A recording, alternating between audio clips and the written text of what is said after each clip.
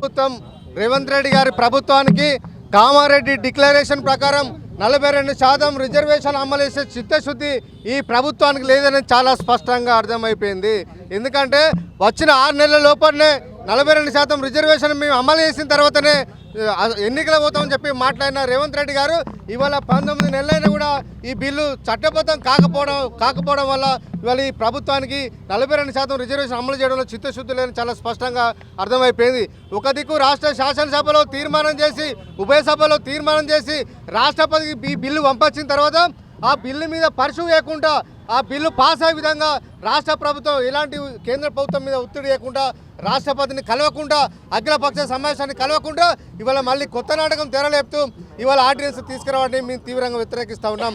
ఇవాళ ఏ ప్రభుత్వం అయినా ఏదైనా అంశం మీద చట్టబద్ధత కల్పించే ముందు ఒక ఆర్డినెన్స్ తీసుకొస్తారు.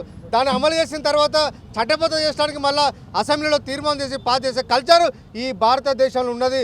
అయినా ఈ ప్రభుత్వానికి చిత్తశుద్ధి వ్యూహం ఎలాంటి వ్యూహం లేకముందు బిల్లు రాష్ట్రపతి దగ్గర ఉండగా ఇవాళ ఆర్డినెన్స్ తీసుకురావడాన్ని ఈ రాష్ట్రంలోని బీసీ ప్రజలందరినీ మోసం చేయడమే చట్టాన్ని అగౌరవపరచని చెప్పి ఇలా మేము డిమాండ్ ఇస్తున్నాం.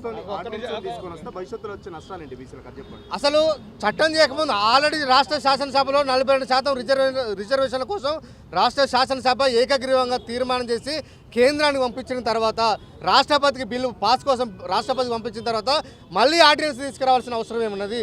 దాన్ని పాస్ చేసే విధంగా అఖిలపక్ష సమావేశాన్ని ఏర్పడేసుకొని ఈ రాష్ట్రంలోని ఎంపీలను అన్ని రాజకీయ పార్టీలను తీసుకెళ్లి రాష్ట్రపతిని కలవాల్సిన ముఖ్యమంత్రి గారు అవన్నీ ఏం చేయకుండా మళ్ళీ ఇవాళ ఆర్డినెన్స్ అనే ఒక దొంగ నాటక నాటాన్ని మేము తీవ్రంగా వ్యతిరేకిస్తూ ఉన్నాం.